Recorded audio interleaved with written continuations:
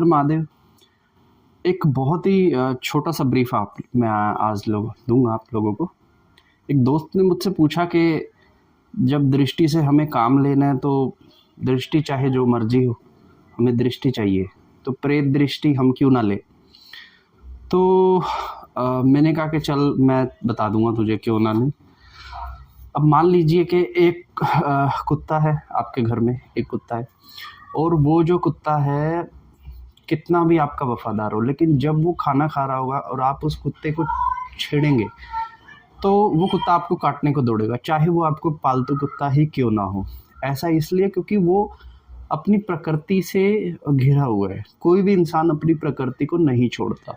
अगर आप एक प्रेत की दृष्टि अगर आप ले लेते हो ना, एक प्रेत की दृष्टि अगर आप ले लेते हो, तो प्रेत की जो दृष्टि होती है वो ठीक है, वो दे देगा, और उसकी भी कुछ लिमिट्स होंगी। ऐसा नहीं है कि वो सब कुछ कर सकता है या सब कुछ देख सकता है, उसकी भी एक लिमिट है।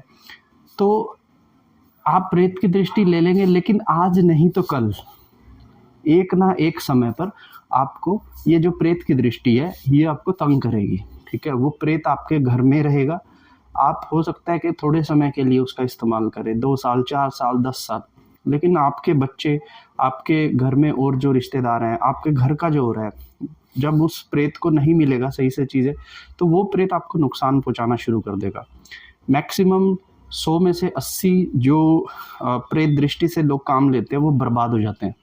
ठीक है, तो अगर आपको दृष्टि चाहिए तो या तो आप अपनी दृष्टि लो या किसी देवता के थ्रू दृष्टि लो, लेकिन कभी भी प्रेत दृष्टि की तरफ आप सोचिए भी मत, क्योंकि एक प्रेत की दृष्टि आपको बर्बाद कर सकती है। वो थोड़ा सा फ़ायदा आपको देगी, लेकिन लॉन्ग टर्म के लिए जब आपकी फैमिली, बच्चों पे बात आएगी तो वो चीज़ आपको हमेशा नुकसान ही देगी। ठीक है, और उनके नुकसान बहुत गहरे होते हैं। शारीरिक बीमारियाँ, पैसे का खर्चा, अनचाही लड़ाइयाँ, कोर्ट कचहरी के केसों में ये चीज़ें फंसवा देती हैं।